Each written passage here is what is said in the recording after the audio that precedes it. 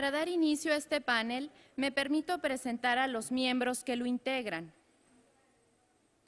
Enrique Gómez Junco, fundador, accionista y director general de Celsol S.A.de.C.V., ahora Óptima Energía, y fundador y miembro del Consejo de Enlace EMA-C.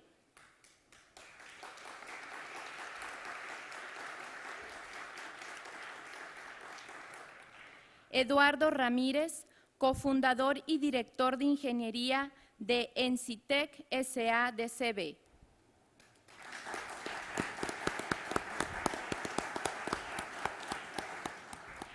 Jorman Milán, socio de Quantum Transferencia y Comercialización de Tecnología y director de proyectos en Carl Zeiss Vision.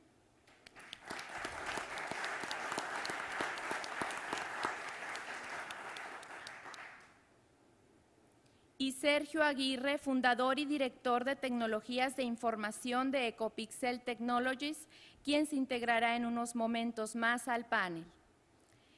Para moderar la sesión, contamos con la presencia del licenciado Aurelio Collado, profesor del Departamento de Relaciones Internacionales y conductor del programa Opción Múltiple. Invito a este podio al licenciado Collado.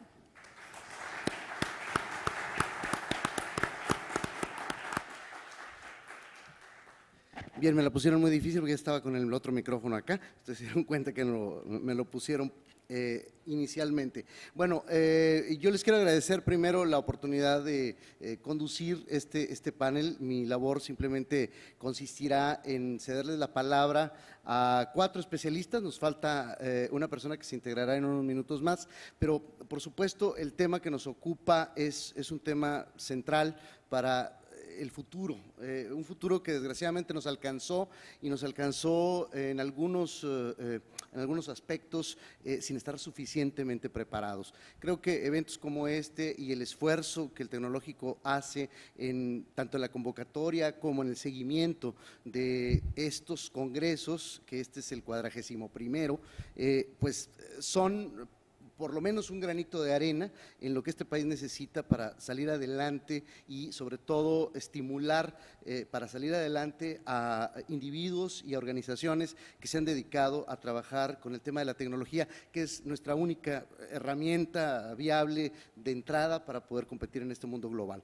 Si me lo permiten, me voy a trasladar a la mesa y bueno, yo quisiera primero irle cediendo la palabra a cada uno de nuestros invitados el día de hoy acá, que como ustedes saben ya hicieron una presentación en la mañana, y pedirles que de manera muy breve hagan una síntesis de su intervención, con la idea de que una vez que concluyamos la ronda podamos sobre todo dejar espacio a las preguntas y a las reflexiones de nuestra audiencia, que en esta ocasión se compone de profesores, de investigadores, de directivos y de estudiantes en quienes pues este país tiene puestas sus esperanzas, que desde luego podrán interactuar con ustedes y quizá ayudarnos a ampliar esta reflexión que ustedes ya han iniciado desde la mañana. Le cedo la palabra a Enrique Gómez Junco, si es tan amable, puede seguir este orden. Gracias, sí, adelante. Muchas gracias. Bueno, yo vuelvo a agradecer al Tecnológico de Monterrey la oportunidad. A mí me tocó platicar del tema de emprendedurismo de base tecnológica, y yo creo que las cosas más relevantes, veíamos una gráfica en donde el 65% de las empresas del país hoy generan entre 1 y 2 empleos y generan el 3% del PIB del país. Y el 0.01% de las empresas del país genera el 36% del PIB. ¿Qué es lo que está pasando? No, pues veíamos que seguramente gran parte de esos, digamos, emprendedores sociales o de microempresas o changarros, como se les llamó en algún momento, son gente que no tuvo la oportunidad de tener una preparación profesional y finalmente, a falta de empleo, pues se tuvo que autoemplear. Y por eso tenemos ese fenómeno en el país. Yo creo que lo que está pasando aquí en el TEC de Monterrey es algo que el país necesita muchísimo y que todos deberíamos de apoyar, y es esto que está pasando hoy. Necesitamos empresas de base tecnológica que sean el motor de emprendedurismo, de generación de empleos de valor agregado, que el país necesita mucho, y de valor agregado estoy hablando de empleos que generen 6, 7, 10 veces el salario mínimo promedio. Y eso es lo que nos falta, o sea, todo el talento está aquí. El tecnológico no solamente tiene el talento, digamos, técnico en el sentido que es hoy la universidad que más patentes genera, sino también es la incubadora más grande universitaria del mundo, y entonces creo que se está dando todo un entorno alrededor de esto, y ojalá, y por el bien del país, que los estudiantes y los científicos que hay en la institución hagan un excelente trabajo, porque de él en gran parte dependerá el futuro de nuestro país. Enrique, una pregunta, ¿cómo visualizas con la experiencia que tienes en trabajando con emprendedores, cómo acercar el conocimiento de las universidades, de institutos como el Tecnológico de Monterrey, a todas estas personas que no tuvieron en su momento la oportunidad de formarse de manera escolarizada? ¿Cómo hacer accesible este conocimiento y esta experiencia que se genera acá? ¿Son las incubadoras la única salida? ¿Existen otros mecanismos? Yo creo que la incubadora vino a resolver esta gran problemática que existía en el porcentaje de emprendedurismos que se hacían exitosos, ¿no? También veíamos en la ponencia de hoy en la mañana todas estas barreras que hay para que una idea buena se convierta en una empresa de alto impacto. Y el tecnológico lo que está haciendo es tratar de mitigar todas estas barreras. Platicamos también cómo desafortunadamente en la academia no se puede dar la solución total al emprendedurismo, y faltaba ese ingrediente de la experiencia empresarial. Formamos un grupo que se llama Enlace M+C, que somos ya hoy más de 100 empresarios apoyando empresas incubadas por el Tecnológico de Monterrey, y entonces estamos haciendo esa aportación adicional que le faltaba a la academia. Estas personas como nosotros, que hemos fallado muchas veces, que pedimos el crédito equivocado, que nos aliamos con la persona que no era la adecuada, ahora podemos transferir este conocimiento a las empresas que están haciendo. Entonces yo creo que sigue siendo el modelo muy atractivo. Hoy se planteó una duda que a mí me dejó muy inquieto, porque es una pasión para mí esto, y hablaba una empresa de base tecnológica que está haciendo desarrollos y que están en la etapa inicial, o sea, no tienen ventas, no están constituidos. Dice, es que aquí, en este momento hoy, en donde él le llamó el Valle de la Muerte, necesitamos el apoyo de esa experiencia que tienen ustedes, y esto está un poco fuera del modelo de negocio de esta estructura que se llama Enlace, pero creo que también podemos ayudar ahí, y insisto, esta labor que está haciendo el Tecnológico hay que apoyarla porque le conviene a todo el país. Sin duda, gracias. Orban Milán, como ingeniero físico industrial y además con la experiencia de estar en una empresa que se llama Quarks Tecnología de Desarrollo, tu resumen de la intervención en la mañana. Sí, bueno, básicamente platicamos un poquito sobre la importancia de tener actividades de inteligencia competitiva, de vigilancia tecnológica, como para poder identificar cuál es el ambiente y el medio donde se va a desarrollar toda la empresa. Y básicamente era sencillo, ¿no? Saber hacia adelante con los competidores, con el competidor, con el mercado, ver hacia atrás con proveedores, ver cuál es el estado del arte y ver también lo que viene siendo el entorno, y así estar definiendo una planeación y estar viendo cómo incorporarla como para poder estar aprovechando tanto oportunidades como amenazas. Hablamos también un poquito de diferentes temas de innovación. Mucho se ha hablado sobre innovación desde un punto de vista académico, sobre lo que es. Y bueno, pusimos algunos ejemplos también de qué es lo que está sucediendo con las nuevas empresas de base tecnológica, y mucho desarrollado con estas plataformas que están muy sentadas en redes.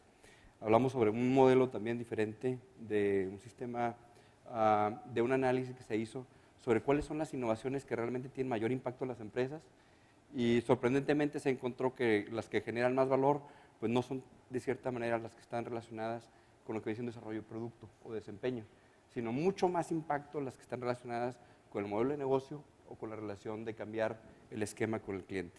Básicamente, una parte que me hace muy interesante también que se presentó fue en dónde se encuentra México ahorita con indicadores de competitividad. Y desafortunadamente, pues hay muchos programas y están haciendo esfuerzos tremendamente, pero se están haciendo esfuerzos aislados. Encontramos, por ejemplo, que en el análisis del Foro Económico Mundial, que participa también la OCDE, pues pasamos de un lugar 60 a un lugar 66 de 139 economías, en el que ya cuando empezamos a ver los datos un poquito más a detalle, encontramos que nuestra fuerza laboral, la eficiencia de fuerza laboral anda del 120, de los 139, cuando tenemos un tamaño de mercado número 12. Entonces, de cierta manera, la economía que tenemos en México pues, no representa todos los esfuerzos que están haciendo. Al estar trabajando en la industria electrónica por mucho tiempo, también en una empresa de clase mundial, pues te das cuenta que como mexicanos pues tenemos la misma capacidad como para estar trabajando con cualquier otro tipo de trabajo del mundo, y así es, o sea, en toda la frontera, muchas de las empresas que están desarrollando en México, están los elementos, están los actores, sin embargo yo creo que no nos encontramos articulados. Platican ahorita sobre la oportunidad de que están los centros de investigación en las universidades, están los comercios, estamos viendo cómo articular ese valle de la muerte, cómo es la articulación de esa parte en la que es un conjunto de varios actores. Ahorita ya no hay llaneros solitarios, sino que tenemos que empezar a ver cómo empezamos a formar esa cadena, empezar a habilitarla y empezar a desarrollarla, y no en cualquier parte, sino en líneas estratégicas que sean de un impacto en la región. El llanero solitario en el Valle de la Muerte, ¿no? Qué feo se oye. Pero bueno, es cierto, refleja muy bien el aislamiento en el que de pronto los emprendedores de este segmento enfrentan. Hay un aspecto en tu currículum que seguramente le llamará la atención a muchos de los estudiantes que están acá, y es que eres coinventor de 4 patentes en Estados Unidos, además por supuesto de todo lo que has publicado, pero el tema de las patentes es algo que hemos venido discutiendo, lo acaba de mencionar Enrique también, es un indicador además de la productividad en términos de aplicación científica, y sin embargo nuestro país no anda nada bien en eso, sobre todo cuando nos comparamos, y sobre todo un tema que también se discutió el año pasado es que nuestros científicos se van y patentan en Estados Unidos y no acá. ¿Qué pasa con eso? Platícanos un poco. Sí, pues bueno, básicamente las patentes fueron mientras estaba yo trabajando en Sony, y ahí fue mucho el acercamiento que hicimos a conocer un poquito lo que era el Premio Nacional de Tecnología y conocer el modelo de gestión de tecnología. Afortunadamente fuimos ganadores en el 2006 con una gestión. Entonces esto nos permitió entender un poquito más que en México, los ingenieros mexicanos, en Tijuana se hacía el diseño de las televisiones, desde las que iban a Alaska hasta Chile, todo lo que era de Televisión América se hacía por diseñadores mexicanos, pero no patentábamos, o sea, no teníamos una estructura de cierta manera. Entonces, además de las patentes, se articuló todo el sistema, pero una parte muy importante fue el empezar a desarrollar esa cultura, y al principio fue patentar por patentar, lo que se te ocurra, o sea, tienes una idea, empiezas a verlo, hubo una serie de promociones que se desarrollaron, fue patentar por patentar. Y después empezamos ya a ver pues, que de cierta manera pues, había costoso, había muchos requerimientos de que de cierta manera, ¿cómo le das mantenimiento? ¿Cómo sabes de que realmente se iba a utilizar? Empezamos a ver de qué manera podíamos hacer ya una estrategia que estuviera relacionada, que la patente tuviera un impacto comercial. Entonces, básicamente, sí tenemos que crear la cultura, son diferentes pasos. Ahorita el primer paso yo creo que es que realmente todo el mundo reconozca ese sentido y ese valor, y al principio es reconocimiento, pero es un camino que el camino termina realmente el sacarle provecho de manera comercial a la propiedad intelectual. Y la patente es un mecanismo de muchos mecanismos que se deben de utilizar como para poder proteger lo que estamos creando. Bien, interesante, seguramente ahorita va a haber preguntas en esta línea. Eduardo Ramírez Rangel, cofundador y director de ingeniería en CITEC de México, empresa líder en tecnología para el comercio electrónico y la mercadotecnia por Internet. ¿Qué estábamos revisando ahora en un periódico local, en Interfase, que nuestro país se encuentra al final de la tabla de los países de la OCDE en lo que tiene que ver con velocidad de acceso y accesibilidad a Internet? ¿Qué está pasando en este ámbito? No sé si en tu conferencia abordaste esto, pero quizá integrarlo sería útil un poco para despertar la curiosidad esta tarde. Sí, ¿qué tal? Buenas tardes, muchas gracias por la invitación también al TEC. Bueno, de hecho la conferencia no la di yo, la dio mi socio Jorge Ayala, que él es el director comercial y él es el mejor para hablar de marketing, pero bueno, queremos entrar al quite y bueno, en este caso, parte de lo que hablamos en la mañana y de lo cual pueden aprender más si gustan, tenemos conferencias gratis de e-marketing, es el modelo de e-marketing que tiene que poner una empresa, ¿no? y parte también de cómo están enfrentando las pymes en México esta realidad del acceso a Internet. A pesar de que el ancho de banda sea lento, sí vemos y tenemos por ahí datos de cómo el mercado está cambiando dramáticamente. Probablemente algunas aplicaciones como la videoconferencia o el cine, esas, digo, sean limitadas, y muchas otras de hecho, ¿no? Y es un tema que hay que resolver como país, ¿no? La infraestructura de ancho de banda. Pero el mercado en sí, los consumidores, están experimentando un cambio grandísimo hacia los medios electrónicos. Allí en las estadísticas que teníamos en la mañana mostrábamos cómo las personas más grandes pues, todavía basan su comunicación en el teléfono, en la comunicación persona a persona, y cómo conforme vamos avanzando en generaciones, inclusive ya el mail es obsoleto, ¿no? Ahorita ves a la gente que tiene, pues no sé, menos de 18 años, y pues jamás mandan un mail, un correo postal ni se diga, no saben cómo se pone una estampilla, ¿no? Sin embargo, están metidos con el Twitter, con el BlackBerry, están adaptando todos los nuevos medios. Y bueno, parte de lo que hacemos en Encitec nosotros es ayudarle a las empresas a entender estas tendencias y a trabajar con ellas para generar, bueno, lo que les traigo ahorita es parte de eso que hacemos, ¿no? Pero también un poco de experiencia personal, ahí si gustan ahorita podemos compartir, que hemos estado en estas redes de enlace, incubadora.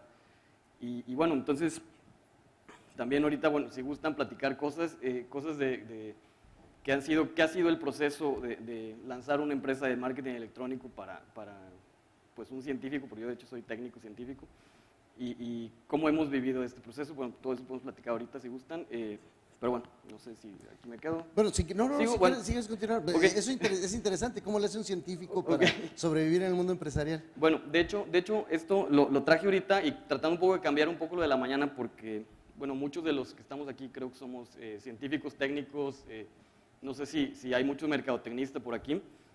¿Hay mercadotecnistas? ¿Alguno? Hola, chicos. 3. Bueno, nosotros entramos a esto bien distinto, porque entramos con una empresa de tecnología que en teoría no sabemos nada de mercadotecnia, y entonces resolviendo nuestros propios problemas que teníamos en marketing y abordándolos, digamos, desde una perspectiva científica hasta cierto punto, pues nos dimos cuenta que esos problemas no eran exclusivos nuestros, sino de muchas otras empresas. Entonces, al resolverlos, creamos algo de valor. Y nuestra empresa se transformó, de hecho, hasta cierto punto, de ser una empresa de pura tecnología y software, a ser una empresa de marketing electrónico y software, bueno, tecnología para el marketing electrónico. Aunque eso es algo de lo interesante que quisiera comentarles, ¿no? El poder que tienen estos medios no solo es para hacer publicidad a menor costo, ¿no? Sino que una de las cosas que yo más valoro en este proceso es que te dan una velocidad de reacción, como comentabas ahorita, sobre el mercado de inteligencia competitiva, que si sabes aprovechar y si te involucras con ella y lo analizas de forma dura en los datos, tu empresa tiene una velocidad distinta y tu empresa se puede transformar de la idea inicial, que de hecho probablemente esté equivocada. ¿Alguien tiene ideas emprendedoras aquí? Así como incipientes, probablemente hay que cambiarlas. O sea, es un proceso, es que uno no empieza con una hipótesis, digo, hablando en términos científicos, uno empieza con una hipótesis del mercado, un problema que crees que está ahí, que alguien lo tiene y cómo lo puedes resolver. Y a través del marketing electrónico tú puedes implementar un flujo de información que te permita científicamente validar eso, viendo números, obteniendo rápido información de los mercados, de la competencia, y obviamente reaccionando rápido a ella, ¿no? Entonces eso creo que es importante saberlo ahorita, ¿no? Y de hecho, si alguien está empezando la empresa también, yo le diría, pues no se esperen a tener el producto para empezar a hacer el marketing. O sea, no, de una vez, hay que empezar a subir el sitio como si ya estuviera el producto terminadísimo, hay que lanzar una campaña, a ver qué dice la gente, y como dicen, escuchar a la gente que llega con el dinero a decirte, oye, pues quiero tu producto, pero mejor quiero que haga esto, o quiero, pero sabes que me interesa hoy. En esta industria tenemos este otro detalle que necesitas, y entonces así vas detectando precisamente oportunidades de innovación y haciéndolo rápido. Entonces es parte de lo que pues, te dan estos nuevos medios, ¿no? Y bueno. Bueno, ahí está un planteamiento inicial de nuestros 3 panelistas, y yo quisiera abrir a la sala sus inquietudes, preguntas para ellos. Hay 3 mercadotecnistas. ¿No les gustaría preguntar cómo hacerle para estar cerca de la empresa acá de base tecnológica, que ellos hacen el software y todo esto? Oye, Aurelio, mientras Adelante. se anima el primer valiente, yo A quiero, hiciste una pregunta muy interesante, porque oye, ¿Cómo hace un científico en este mundo del emprendedurismo, verdad? El tecnológico, que a mi juicio personal siempre ha tomado roles mucho más allá que una universidad, y parecería que el nombre de universidad queda bastante corto, y tomó el rol del emprendedurismo y después tomó el rol del desarrollo tecnológico y de patentes con los logros que ya conocemos hoy. Y finalmente el reto es, bueno, pues ya tengo muchas patentes, pero ¿y ¿en dónde están los empleos? ¿Dónde está la riqueza del país? ¿Cómo hacemos para que no se vaya, como tú decías, a Estados Unidos, ¿no? Están implementando aquí un programa interesantísimo que ha sido muy exitoso en Estados Unidos especialmente, que son estas células de incubación tecnológica, en donde células de emprendedurismo de base tecnológica, en donde no nada más está el científico, sino le acercan talentos de legade y de emprendedurismo y de diferentes áreas, y finalmente están creando un medio ambiente mucho más fértil para que esa empresa llegue a ser exitosa. Y creo que eso es algo que hay que tener pues muy presente todos, porque los que estén pensando en hacer un desarrollo científico, creo que la posibilidad de estar en un programa como estos es única en el país. Y entiendo que hay bastantes participantes de estas células aquí en nuestra audiencia, los que están muy calladitos. Bien. A ver, por allá. Todos los que se... Por ahí parece que hay Buenas valiente. tardes. Adelante. Yo quería preguntarte en qué punto te diste cuenta que tu negocio, lo que te habías planteado en un inicio ya no era lo que te ibas a dedicar a hacer. O sea, ¿qué fue exactamente lo que te hizo el punto de quiebre? Bueno, no fue un punto de quiebre tal cual, porque no fue como que cambiáramos 180 grados el negocio. Y de hecho normalmente no es así, porque sí estás equivocado, pero normalmente no tantísimo, ¿no? Entonces, tienes, obviamente hay una parte valiosa en lo que tienes tu idea inicial. Y entonces lo que tú tienes, bueno, lo que fue nuestra experiencia fue que nos dimos cuenta, por ejemplo, nosotros empezamos con la idea de ser una empresa súper especializada en tecnología, ¿no? Dijimos, vamos a hacer nuestra tecnología clave, que hace ciertas cosas bien, y todo lo demás vamos a outsourcearlo, ¿no? Incluidas las ventas, incluido el marketing. Ese fue un error garrafal, ¿no? O sea, nos dimos cuenta que había actividades que teníamos que incorporar para resolver el problema completo del cliente.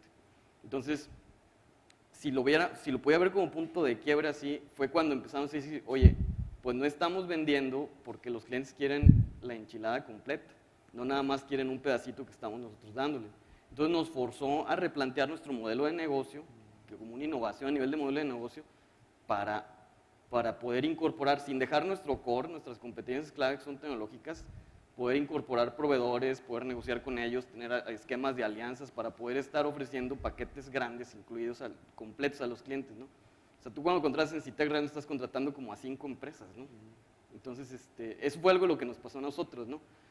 Productos, a nivel producto, cosas que nos pasaron fue que al empezar a hacer el ciclo de retroalimentación con datos de mercado, algunos lo fuimos verticalizando para servir mejor a ciertas empresas. Y esa es una cosa que puede, bueno, industrias, ¿no?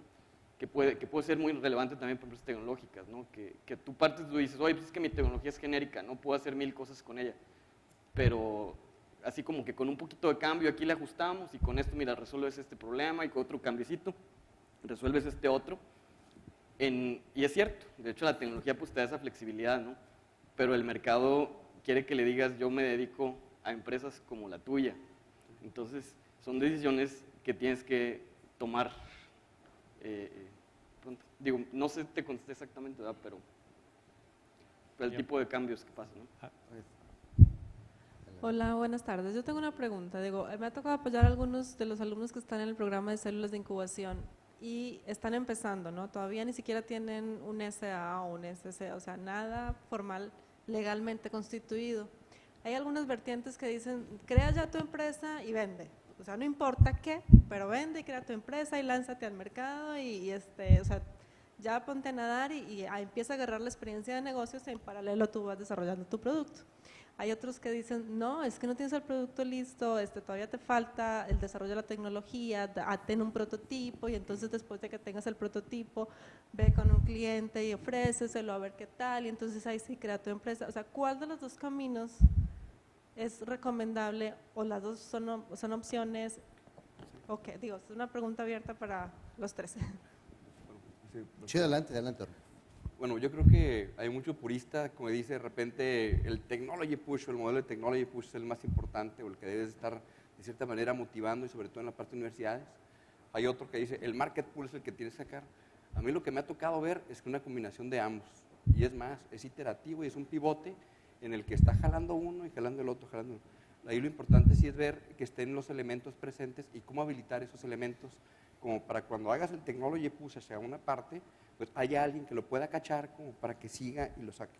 Por ejemplo, si tienes una idea y esa idea de cierta manera es concebida como dices, bueno, lo puedo hacer como prueba de concepto, después tienes que pensar o alguien tiene que ayudar como para que esa idea se pueda materializar ya en un prototipo que pueda ser de cierta manera escalable y que ese prototipo puedas tú también pensar en una siguiente parte cuál va a ser su cadena de suministro, cómo lo voy a poder financiar como para que siga con las diferentes partes, cuál va a ser el mercado, cuáles son los tipos de pruebas que tengo que hacer para, dependiendo del tipo de industria, las certificaciones que va a alcanzar, con quién me tengo que aliar con esa parte, que no es solo. Entonces, identificando ya todos los caminos, ya puedes empezar a ver, y paralelamente, como comentabas ahorita, utilizando todas esas herramientas, pues estar viendo el marketing para saber cuál es el mercado en el mercado. Muchas veces nosotros como ingenieros, como científicos, como inventores, pues tenemos una percepción del mundo en el que solamente el 5% del resto de la sociedad la tiene. Y cuando creemos que esto va a solucionar el problema de todos, pues simplemente se refiere a ese porcentaje de la población a la cual representamos.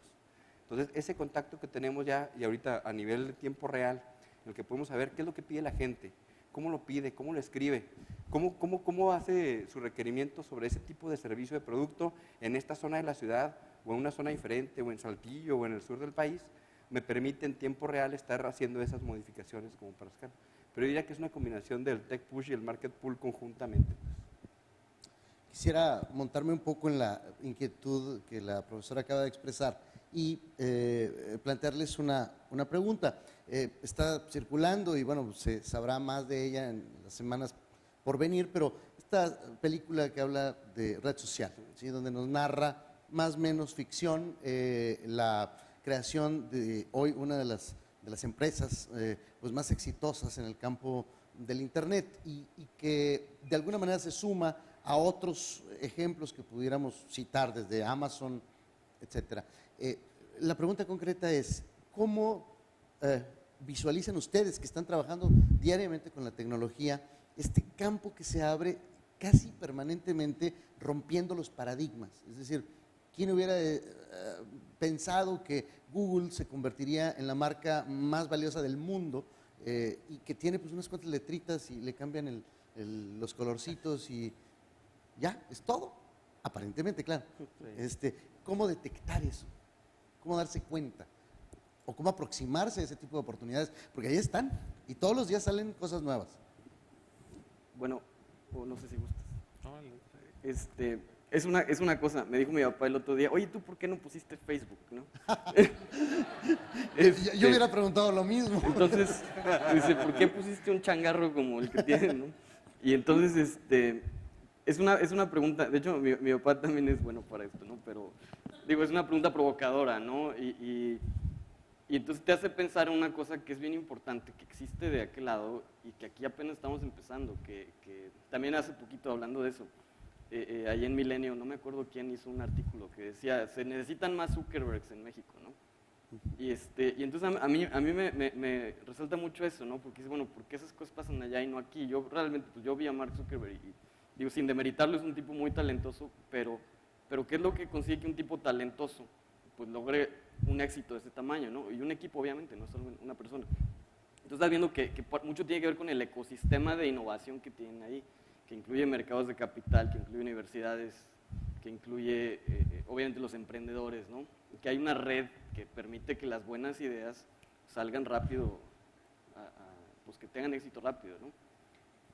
Y bueno, es contribución. Sí, que yo creo que tenemos una inercia cultural como economía cerrada, o sea, que todo se movía en paz, no necesitamos estos ritmos adelante, no necesitamos este ritmo de innovación, y por eso países como Estados Unidos, que fueron mucho más rápido abiertos que nosotros, tuvieron que entrar a esos procesos, ¿no?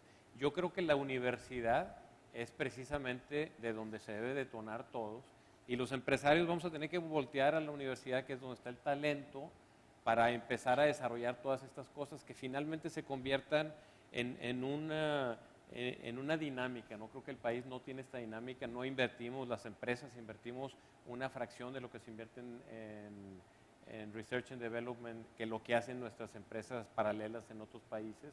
Y creo que todo esto tiene que cambiar. Seguro la universidad va a ser el motor de todo esto y los empresarios también tenemos que educarnos, acercarnos a la universidad para hacer alianzas estratégicas. Ciertamente estamos llenos de Zuckerberg, ¿no? O sea, andan en chanclas ahí por todos lados y tenemos, no sé si estamos conscientes de ello. Orman. Me tocó a mí, uno de los directivos de Sony en América, era un señor filipino que fue adoptado y el cuate, o sea, es una lumbrera el tipo. Y el tipo fue adoptado por una familia con recursos del centro de Estados Unidos y le tocó participar a él pues, en esa migración que hubo pues, de muchos estudiantes y él estudió en Stanford. Y el cuate es uno de los cerebritos. Trabajó muy de cerca con Wozniak en el desarrollo de la Macintosh en Apple. Y el cuate le tocó revivir toda esa revolución en la Bahía de San Francisco, en la que estaban trabajando con toda esa parte. Y cuando venía con nosotros a México, porque le gustaba mucho ir a México y platicar con un grupo de diseño, decía, hey, es que ustedes en este momento, en México, se está viviendo una situación similar a la que vivíamos en aquel momento a finales de los 80 o en esa parte, en el que ustedes tienen esa pasión, tienen esa necesidad como para realmente comerse al mundo, dice, y no están aprovechando la gran oportunidad de que el mundo ama la cultura mexicana hasta por donde no. Y nos ponía muchos ejemplos. De los ejemplos que ponía era, por ejemplo, la parte de la comida. Dice, ustedes que tienen una comida tan sofisticada y tan gourmet por regiones, dice, no la están explotando. Y ahorita vemos sushis en cualquier placita, en cualquier pueblito, y de cierta manera pues ya son sushis locales, pero es una cultura que se está explotando. Entonces nos motiva mucho como para decir, oye, ustedes ahorita están en el momento. Dice, ¿qué es lo que pasa? Bueno, faltan los elementos que están. Hay mucha gente que está volteando. Yo creo que aquí tenemos muchos de los siguientes desarrollos que va a haber a nivel nacional o internacional. O sea, aquí están, a lo mejor aquí en esta sala, en el que va a haber alguien que va a salir a la plataforma y aquí va a haber alguien de mercadotecnia que se va a conectar y va a empezar a ver cómo podemos hacer un negocio con el contenido y le vamos a pegar, pues.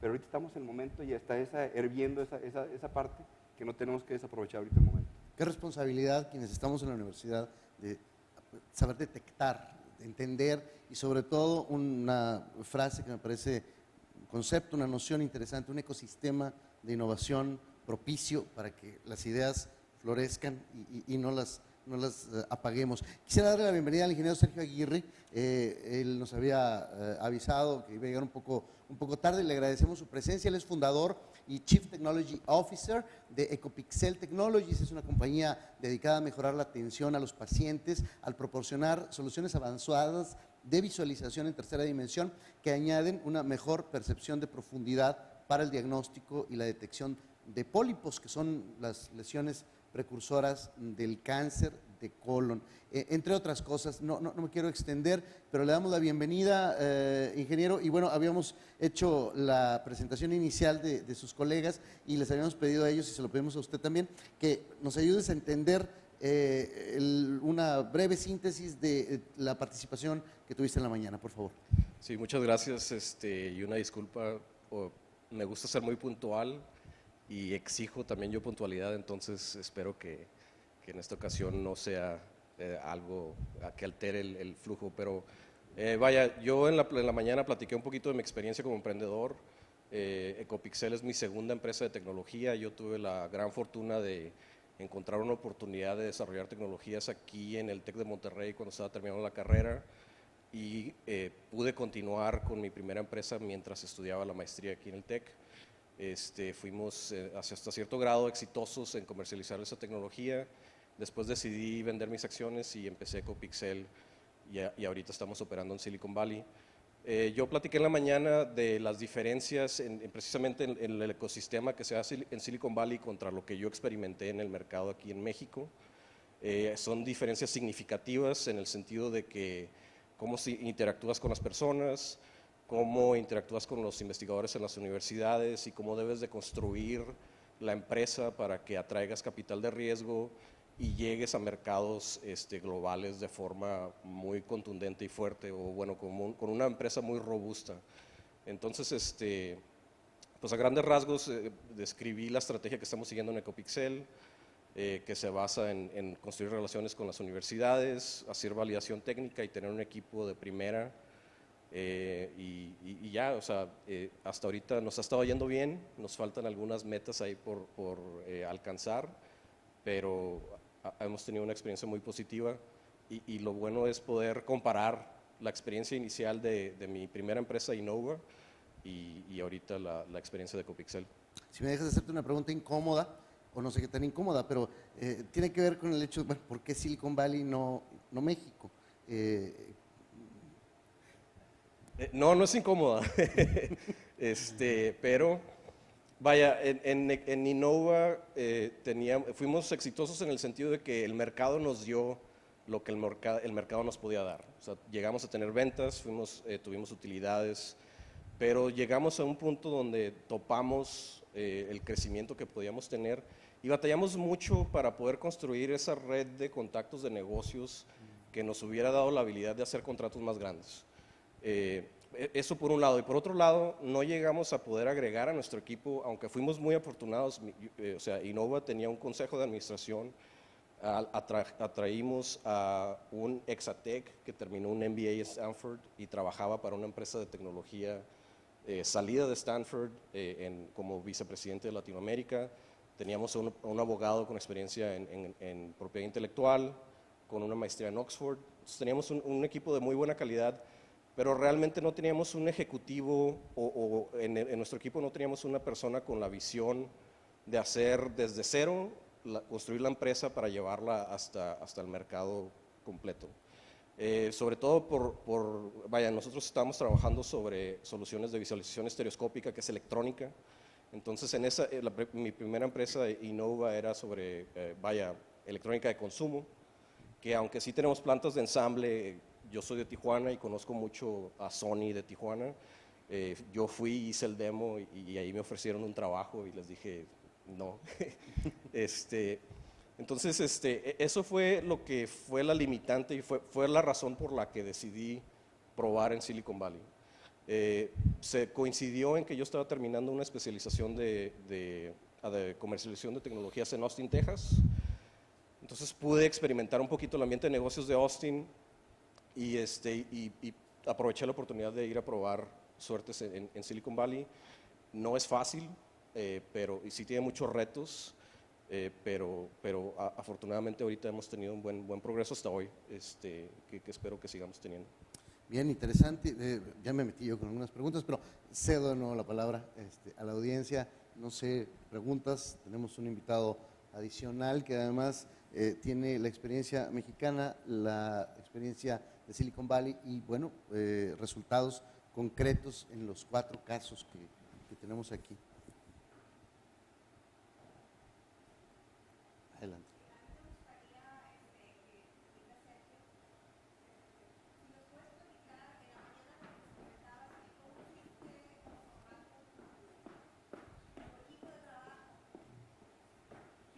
Gracias. ¿Cómo fuiste conformando tu equipo de trabajo y cómo es que mantienes un equipo de trabajo competitivo de muy alto nivel, no pagándole, sino dándole cierto tipo de acciones, y ponías un modelo que es el modelo de Silicon Valley, y aquí había muchas inquietudes sobre todo de los emprendedores, el cómo poder llegar a implementar este tipo de modelos, de acciones para las empresas de base tecnológica, que es algo que tú aquí en México comentabas no habías visto. Sí, bueno, mi experiencia,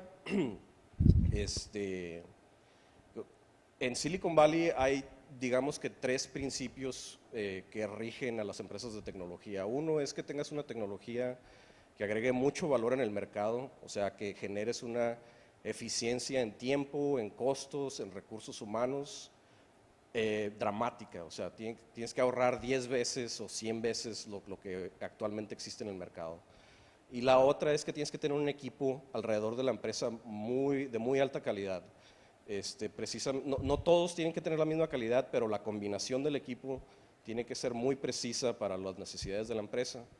Entonces, en ese sentido, lo que hacen las empresas de tecnología en Silicon Valley es cuando vas con tu abogado y haces el acta constitutiva de la SA, que en este caso es un C Corp de Estados Unidos, y específicamente de Delaware. No lo puedes hacer de Texas, no lo puedes hacer de California. C Corp de Delaware con licencia para operar en California, eso es lo que los inversionistas quieren ver.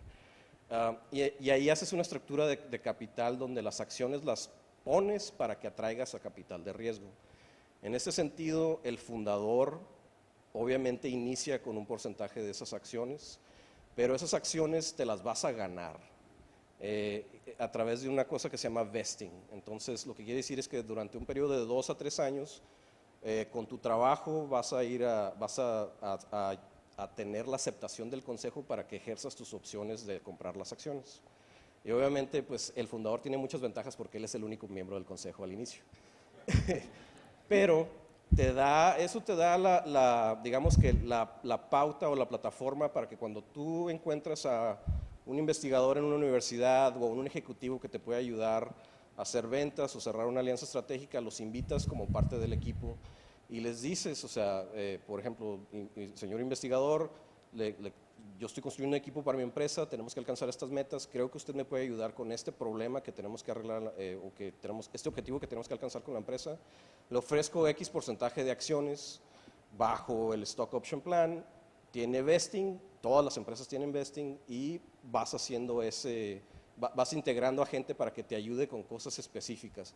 Entonces, muy rápido, rápido en el sentido de a la vuelta de un año, año y medio, ya tienes a 5 o 6 personas alrededor de la empresa que te están ayudando con diferentes aspectos, desde la tecnología, mercadotecnia, legal, finanzas, y no te dedican tiempo 100%, te dedican 1 hora, 2 horas al mes en tu junta de equipo y te contestan 4 o 5 correos al mes en base a lo que estés trabajando con ellos.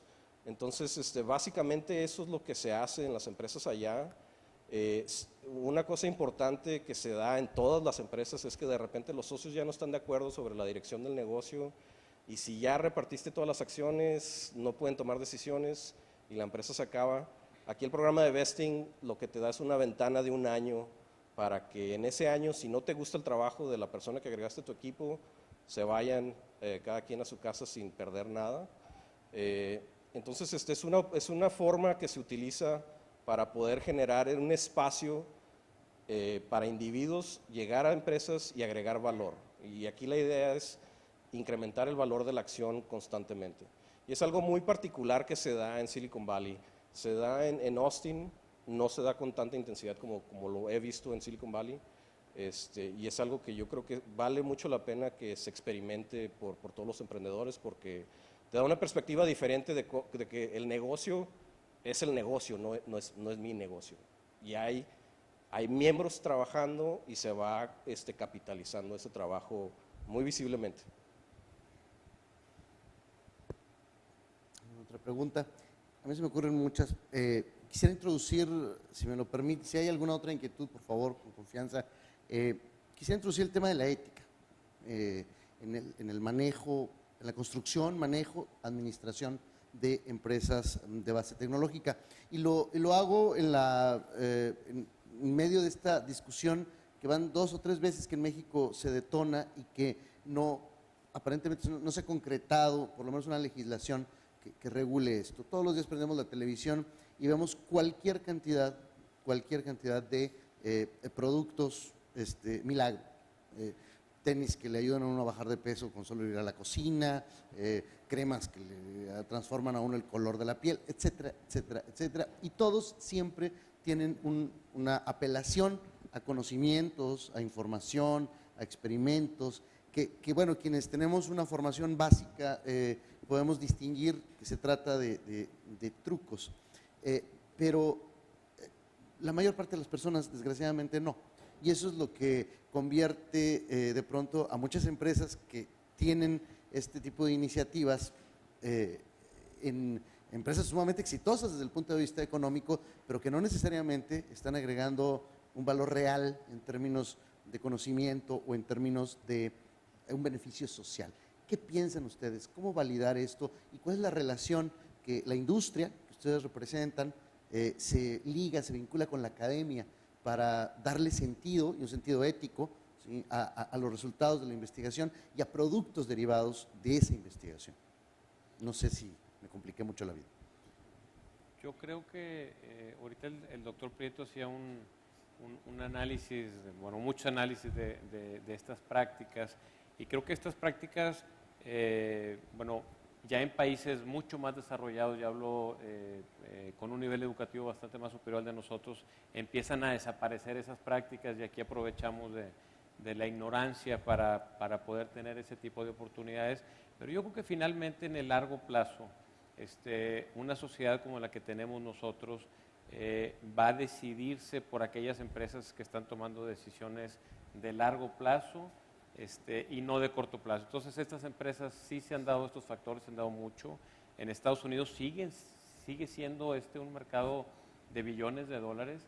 En el país está creciendo, creo que es de las empresas que más está creciendo este tipo de productos instantáneos, y la gente que compra por teléfono y por internet. Pero yo creo que finalmente la prueba está en estas empresas de marca de muchos años, en donde todas sus decisiones son tomadas pensando en el consumidor, y si hay algo que lo pudiera afectar, pues finalmente saben que no lo harían porque vale más su marca que la utilidad que pudiera producir eso de corto plazo. Entonces, finalmente es un fenómeno que tenemos, que lo podemos combatir nada más con legislación, que se va a tardar, y con educación, que se va a tardar también, pero eventualmente las que van a sobrevivir son empresas que sigan el lado de la ética. Bueno, ahí, por un lado, comentas el asunto de la deficiencia regulatoria que está, ¿no? Y de hecho, qué bueno que regresaste a ese tema, ¿no? Que digo, obviamente está la parte ética de parte del empresario, ¿no?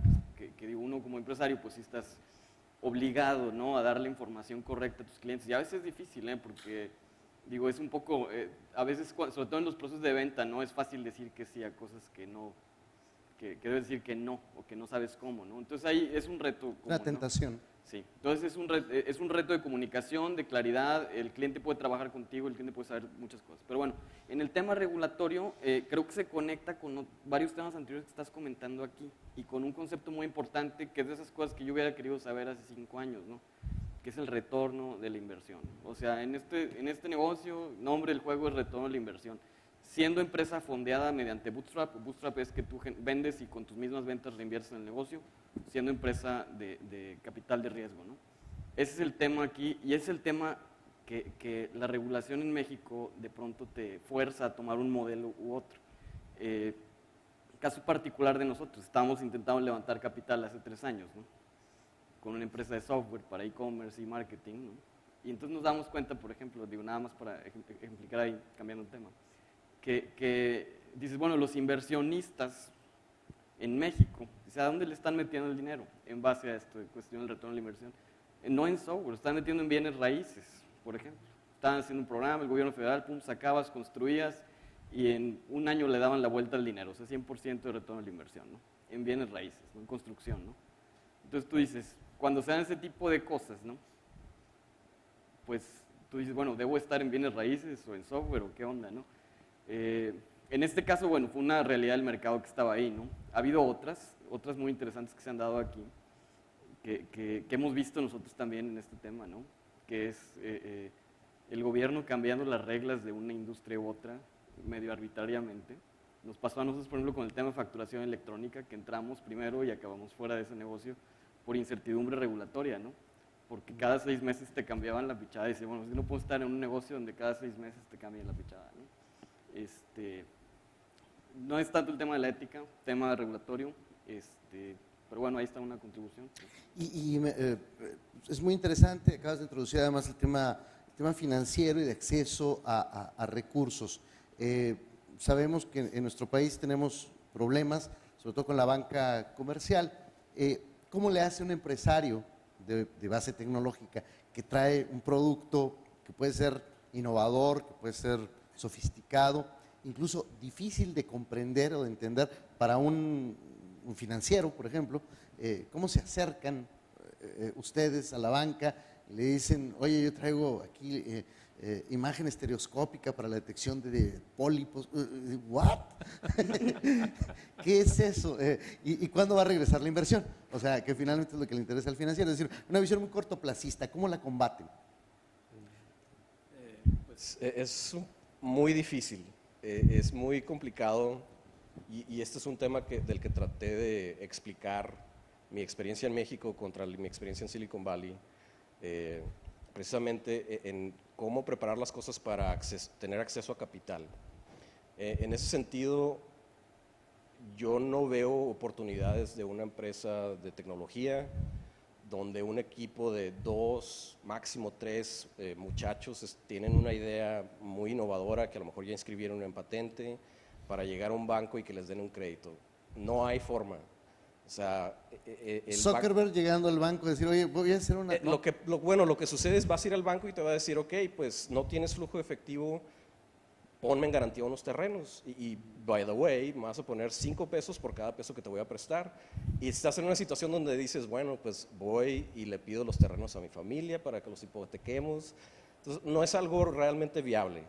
Esa situación existía un poquito en los fondos de CONACYT, donde una empresa, si requerías un fondo, te pedían una fianza y otra vez, o sea, vas con una fianzadora y yo hice eso, o sea, yo fui con la fianzadora, le enseñé mi estado financiero y me dijeron, bueno, pues no hay mucho aquí. Y le digo, bueno, pues mi patente vale tanto.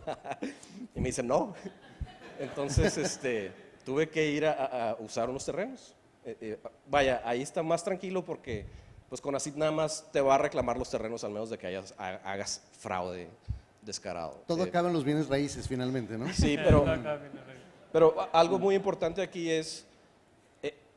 o sea, cuando estás en una situación donde vas a pedirle a un individuo, a un hombre de negocios o a un fondo institucional de capital de riesgo que te dé dinero, te van a exigir llegar con la calidad que les garantice o que les dé la suficiente confianza para que conquistes ese mercado. O sea, porque estás en una situación donde el empresario está asumiendo todos los riesgos y está presentando todos los riesgos.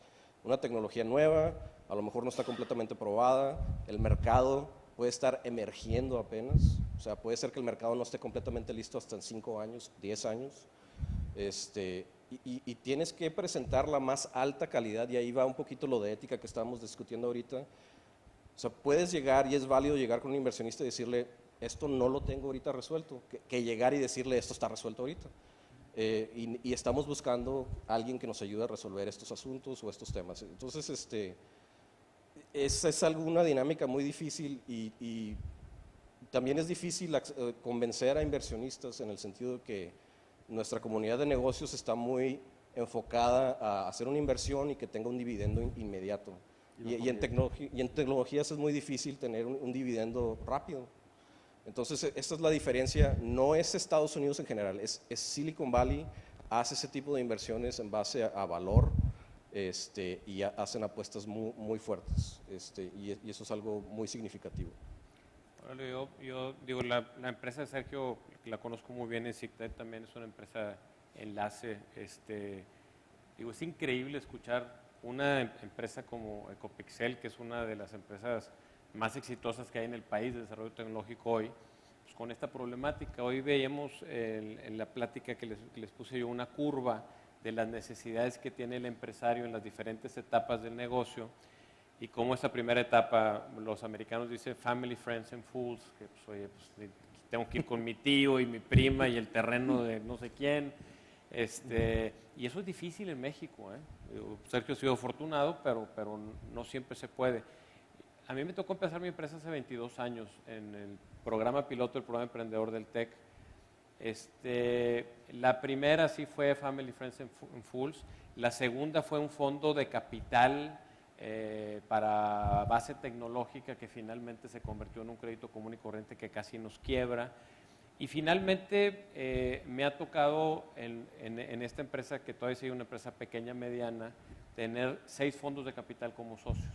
Entonces, igual que lo hizo Sergio, igual que lo van a hacer todos los demás, finalmente vamos a encontrar el dinero, porque lo que va a traer el dinero es, lo que decía Sergio ahorita, la calidad de la empresa, el profesionalismo de los emprendedores, y finalmente si no lo encontró aquí lo va a buscar en Silicon Valley. Hoy, gracias a Dios y también gracias al tecnológico y al entorno que se está creando con programas como este, hay el fondo más exitoso de capital semilla de Estados Unidos.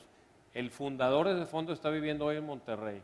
¿Por qué? Porque en esto que están haciendo ustedes y en el entorno que está generando el TEC de Monterrey, él está interesado en venir a invertir capital semilla y finalmente estamos creando este ecosistema en donde están los empresarios ayudando a los emprendedores, están los bancos atentos porque dice, oye, ahí hay una institución tan grande como el TEC apoyando a esa idea, le está dando muchos servicios y luego hay un grupo de empresarios que tiene experiencia apoyándolos, pues yo estoy dispuesto a poner dinero. Entonces yo creo que no somos Silicon Valley, por supuesto, y nos falta muchísimo para llegar ahí, pero se está creando este ecosistema favorable y finalmente si alguien tiene una muy buena idea y no se va a dejar, pues va a lograr lo que han logrado las empresas que están aquí.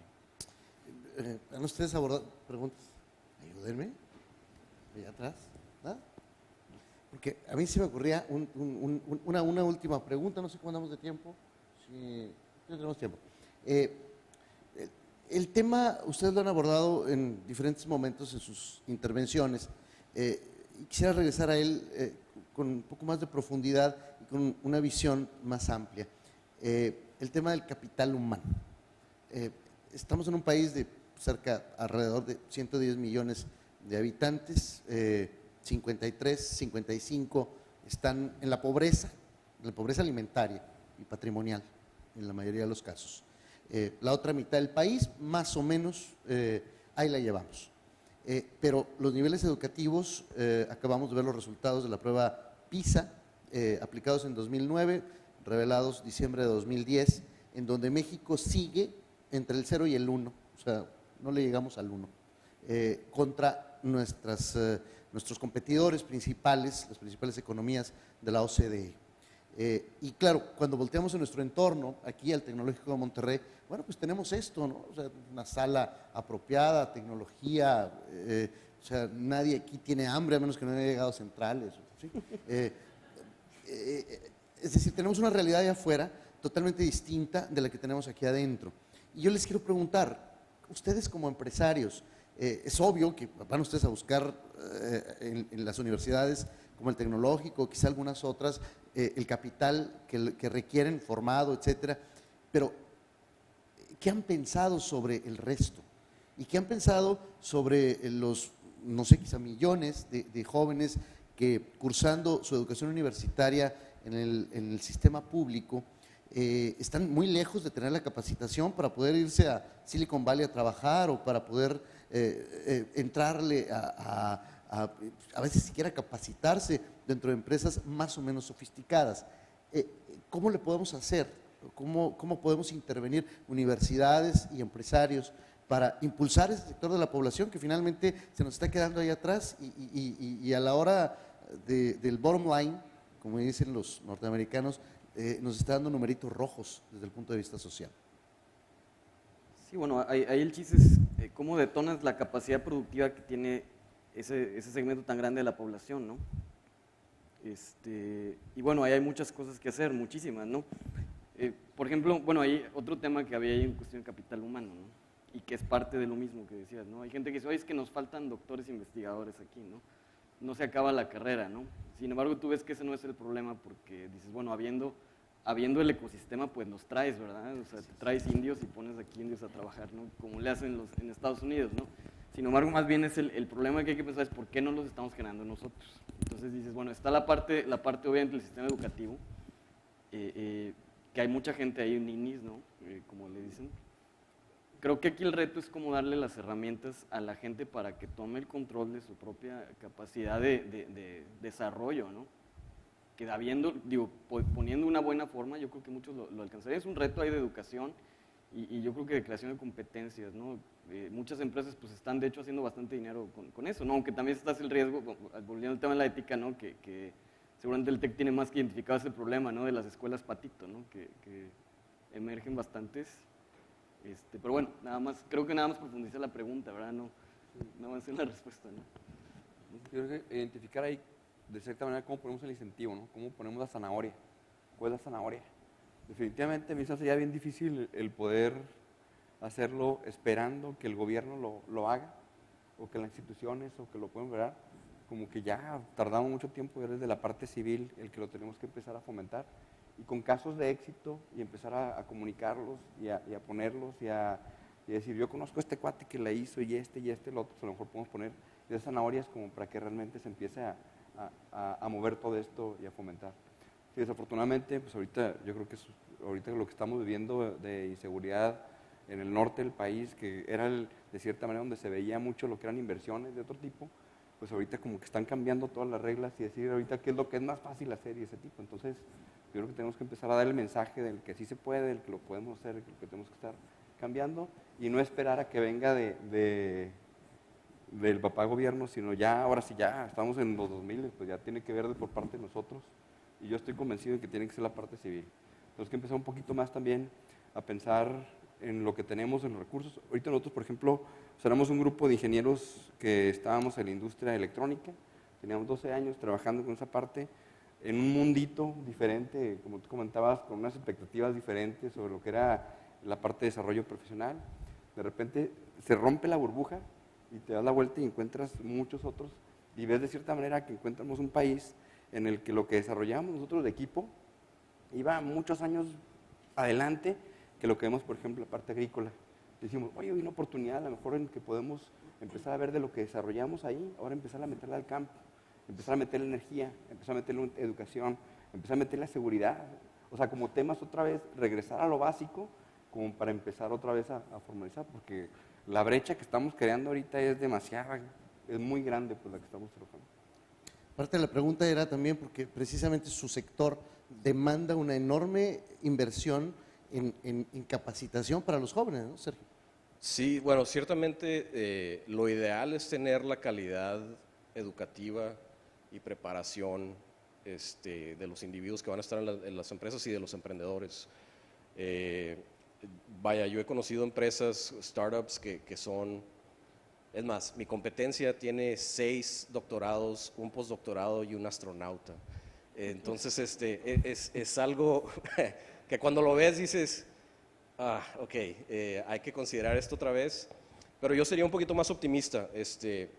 Muchos de los emprendedores muy exitosos dejan la escuela, y mi experiencia viajando por el país, yo me he topado con individuos muy, muy capaces en centros de investigación públicos, muchachos que han estudiado en escuelas públicas toda la carrera y maestría. Inclusive yo citaría que ahorita hay un maestro, hay un muchacho que terminó un doctorado en Guanajuato, originario de Chiapas, que se regresó a dar clases en Chiapas, porque Ecopixel no le pudo pagar el salario que quería ahorita, aunque le ofrecimos todas las acciones que quería, pero yo me muero por trabajar con él, porque es una persona muy capaz y está haciendo trabajo muy similar y en la calidad que Ecopixel está buscando. Entonces sí hay esos individuos, yo creo que a final de cuentas somos del mismo tipo de humanos que se dan en otros países, que se dan en India y en China, y sí se dan esos desarrollos, y lo importante es poder que estos individuos que tienen ese talento y que tienen esas oportunidades de tener una educación, que puedan encontrar un ambiente donde puedas canalizar tu energía y que puedas estar en un ambiente que te incremente la energía, porque más que dinero requieres energía. O sea, tienes que estar 25 horas del día a 110% hablando de finanzas, de tecnología, de la estrategia de mercadotecnia, y eso es lo que a mí me ha tocado ver tanto en empresarios aquí en México como empresarios de otros países. Entonces, yo creo que lo más importante es que esos individuos que sí, de donde vengan, si vienen del TEC, y obviamente aquí la comunidad del TEC somos muy afortunados y tenemos muchas ventajas. Inclusive yo creo que el TEC es de las mejores instituciones donde canaliza más estudiantes de universidades públicas a oportunidades muy buenas, y que les da otra visión que no alcanzan a ver en los trabajos que tienen acceso en sus ciudades. Entonces, eso yo creo que es mucho más importante que decir hay la mitad del país que ahorita no está terminando la primaria.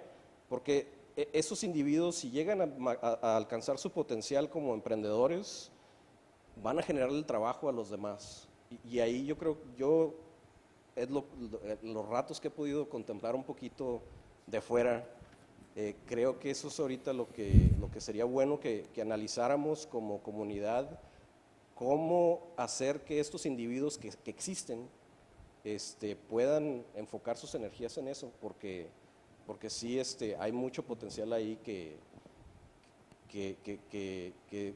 nos podría dar mucha productividad y mucho resultado. Tan sencillo, o sea, yo en Ecopixel hemos tenido ingenieros de software hindús, ingenieros de software mexicanos, trabajan igual, o sea, trabajan con las mismas ganas. Entonces, lo importante es que ese individuo pueda estar en ese ambiente positivo. Igual perdón la interrupción, ahorita que comentas eso, qué bueno que lo dices. También sobre el reto de educación, hay una cosa que hay que pensar y nos obliga a retomar el tema de que hay que crear empresas exitosas, ¿no? Medianamente exitosas, tampoco Facebook, ¿no? La idea aquí es la siguiente, o sea, tú tomas un campesino de Oaxaca, de Nicaragua, que emigra a Estados Unidos, trabaja en una industria ya con buena herramienta, con buena capacitación, no sé, construyendo casas en Texas, ¿no? Y te genera un valor increíble que aquí no lo puede generar porque no tiene el acceso al capital de trabajo, de herramientas, de educación, de buen supervisor, etcétera, ¿no? Entonces, finalmente, la responsabilidad yo creo que como emprendedores o empresarios es pues poder crear buenas empresas que le estén dando más oportunidades a la gente que no tuvo la misma educación que pues nosotros, ustedes aquí en el TEC, ¿no? Por el lado de nosotros, ¿no? Creo que, digo, en este sentido estamos haciendo nuestra chamba, ¿no? Muchas otras cosas hay que hacer, pues sí, ¿no? Sin duda, ahí hay una tarea enorme. No sé, ¿alguna inquietud adicional, por favor?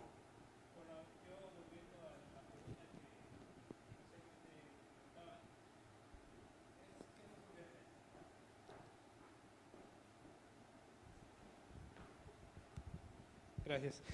La pregunta es, ¿qué es más urgente? ¿Crear empresas de base tecnológica que den más dinero a los que ya tienen dinero? ¿O tenemos que volcarnos a la parte social y no nada más crear empresas que den, digamos, que traigan dinero, que traigan inversiones, ¿no? ¿Qué es más urgente? ¿Acercarnos a la gente que realmente no tiene ni siquiera para comer y darles la manera de darle un sustento a sus familias? O sea, ¿qué el país que más es lo que más requiere? O si con la parte de las empresas tecnológicas podemos rescatar a esa parte de la población o seguirán siendo olvidadas. Es que, bueno, lo que pasa es que tú tienes que considerar que la tecnología, finalmente, que es lo que estás creando este tipo de empresas, pues la tecnología es un factor de productividad, ¿no? Entonces, una persona que está en pobreza lo que necesita es producir más, ¿no? Mediante su trabajo, ¿no? Entonces, tú como empresario tecnológico, pues tienes varias opciones, ¿no? O sea, o creas una herramienta o un servicio que le facilite su vida, ¿no? Por ejemplo, ¿no? Un medio de comunicación que en vez de viajar para ver a sus parientes, pues ahora puede nada más pues comunicarse mediante un software o lo que sea, algo sencillo, ¿no? Un kiosco, cualquier cosa, ¿no? Entonces, o sea, tú lo ves desde el punto de vista, tú como empresario, ¿qué puedes hacer para mejorar la realidad? Pues es esa, ¿no? Tú tienes que crear productos que hagan la vida de la gente más fácil, ¿no? Que les ahorren dinero. Estás contribuyendo ahí a que tengan más dinero en la bolsa, ¿no? Por ese lado, ¿no? Vas a dar trabajo también, ¿no? Ahora bien, el gobierno tiene otra serie de iniciativas que tienen que llegar, pues sí, ¿no? Pero pues tú como emprendedor, pues, o sea, obviamente, mira, aquí en México los emprendedores de hecho más exitosos son los que le han sabido vender a los pobres, ¿no? Algunos de forma más ética y otras menos ética, ¿no? Por ejemplo, Ricardo Salinas Pliego es algo que comenta, él dice, no, como lección de su vida, dice, pues dice, aquí en México si quieres hacer dinero tienes que saber vender a los pobres. Y es cierto, el chiste es que no les vendas para sacarles más dinero, ¿no? Digo, si tú vendes, das valor, finalmente pues no te están comprando a fuerza, ¿no? El chiste es dar valor. Y de hecho es muy valioso, muy valioso, que pueda haber emprendimientos rentables que sirvan a los niveles más, pues más pobres de la población, ¿no? Pero con rentabilidad, ¿no? Porque si no hay rentabilidad, finalmente ese asistencialismo y el dinero se va a acabar, ¿no? Y es posible hacerlo, definitivamente, ¿no? O sea, sí es posible hacerlo, yo es mi opinión, ¿no? Yo agregaría, creo que es muy noble considerar que debemos de cuidar a toda la población que tiene muchas limitaciones y eso es importante que siempre lo tengamos en mente. Yo considero que las empresas de tecnología es una herramienta de muchas otras herramientas que puede ser muy efectiva en generar riqueza para todos. Entonces, yo soy originario de Tijuana. Tijuana es una empresa famosa entre otras cosas por ser una ciudad de maquiladoras, de plantas de ensamble. Entonces, por toda mi vida, el desempleo en Tijuana realmente no ha existido. O sea, si tú quieres trabajar, tú vas a 2, 3 maquiladoras y vas a encontrar trabajo en una semana. Obviamente, es trabajo de salario mínimo, ensamblando en una línea de ensamble. Entonces, yo creo que la oportunidad que te dan las empresas de tecnología es que, a diferencia de una maquiladora o un call center donde vas a generar 1,000, 2,000 o 5,000 trabajos de salario mínimo, vas a tener una empresa a lo mejor de 15, 20 empleados, pero que esos empleados van a ganar 100,000, 200,000, 150,000 dólares al año. Y la gran diferencia es que, por ejemplo, la productividad, obviamente, muchas veces escuchamos en las noticias la productividad de la mano de obra calificada de los mexicanos contra los chinos, somos más productivos. Pues habría que ver, porque yo creo que la productividad realmente, si la medimos en dinero, una empresa, por ejemplo, un aliado que tenemos es Advan International, que diseñan monitores de cristal líquido para aplicaciones médicas. Esta empresa tiene 16 empleados, venden 36 millones de dólares al año. Entonces, la productividad de cada empleado es más de $1 millón en términos de dinero. Y obviamente ganan bien. Entonces, eso es algo que ya está documentado, que ya se conoce. Hay un libro muy bueno que salió hace un año, año y medio, que se llama Startup Nation.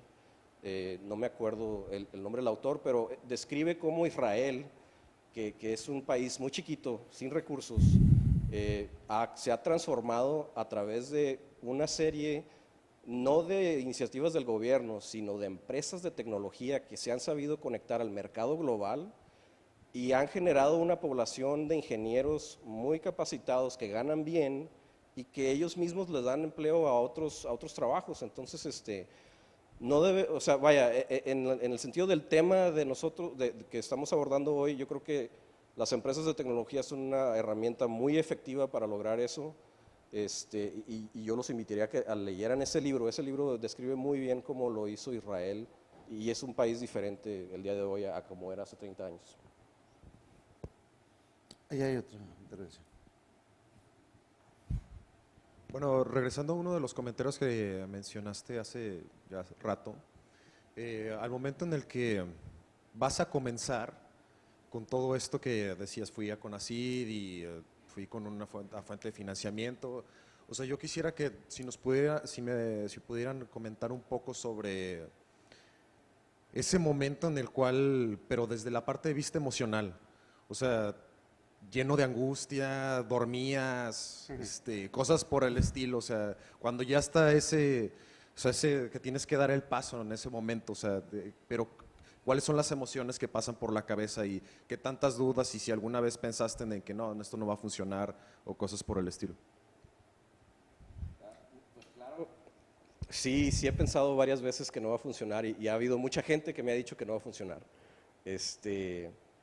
Yo creo que en las dos empresas que he iniciado, la parte más divertida siempre es el primer día y es cuando vas y firmas el acta constitutiva, y cuando decides el nombre y cuando decides el logo, porque pues ahí tienes control total y tú estás decidiendo todo.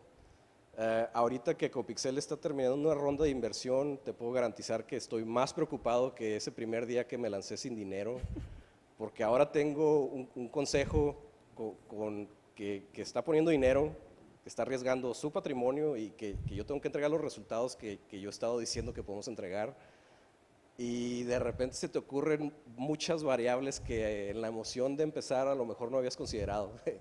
Entonces, yo creo que lo más importante cuando uno quiere decidir si quieres empezar una empresa de tecnología, y es algo que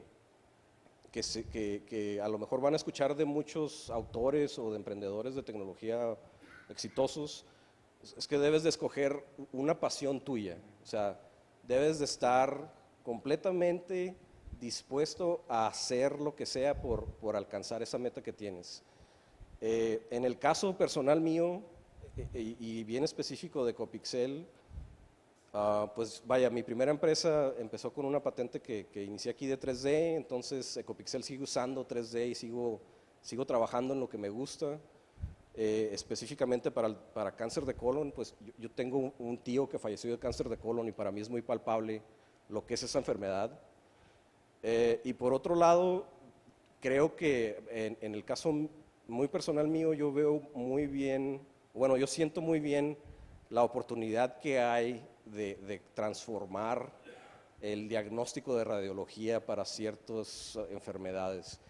Entonces, cuando lo piensas de esa forma, tu mentalidad está viendo el premio al final de todo el trabajo y tu energía la enfocas hacia ello. O sea, y eso es algo bien importante porque cuando tú vas a llegar con un investigador de universidad o con un ejecutivo que te puede ayudar o con un inversionista, tú le tienes que demostrar que ese premio existe porque estas personas son exitosas porque dedican su energía a alcanzar las metas. Y si tú les dices, esa es la meta, y ellos están de acuerdo que la meta existe, que vale la pena, te van a dedicar energía. Y eso, o sea, energía en el sentido de tiempo y de resolverte problemas o de por lo menos dirigirte cómo resolver esos problemas. Y eso es mucho más importante que no tener dinero, porque realmente cuando ya estás en medio de las cosas, un ejemplo que también no quiero dar malas ideas a nadie, pero tenía que ir a Nueva York con un radiólogo muy reconocido y el viaje me iba a salir como $1,500 y yo tenía $1,650. Entonces tuve que rentar un carro, irnos en el subway, ver cómo, para no hacerles la historia larga, o sea, yo decidí, porque esto es lo que me gusta, o sea, alcanzar esa meta es lo que yo quiero hacer. Yo terminé regresando de ese viaje de Nueva York para llegar a Tijuana caminando, crucé la frontera y me subí a un taxi para llegar a mi casa por ahorrarme el dinero para lograr esa junta. Afortunadamente la junta fue muy positiva, pero cosas así se dan todos los días en muchos lados. O sea, en Silicon Valley se da mucho, estoy seguro que en China se da mucho, estoy seguro que en muchos lados se debe dar mucho y eso es lo que realmente creo que uno debe considerar a la hora de empezar una empresa. Si es algo que realmente le vas a querer dedicar dinero, porque cuando ya te invierten dinero hay una cosa que se llama preferred shares o acciones preferenciales, que cuando llega a haber dinero para un dividendo, primero le pagas a ellos y luego, si sobra, te pagas a ti.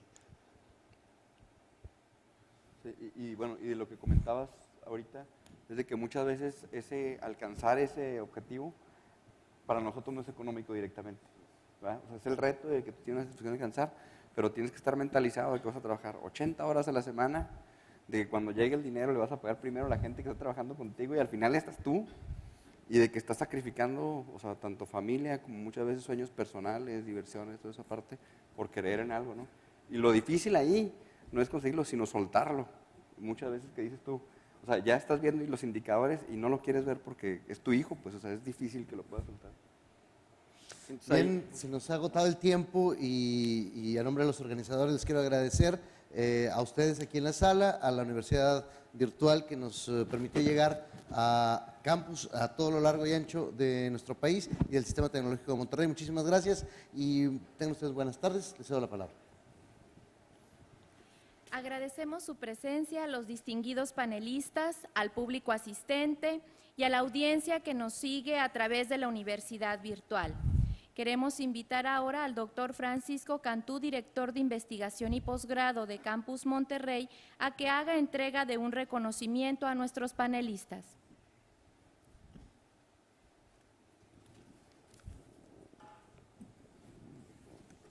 Ay, perdón. Gracias.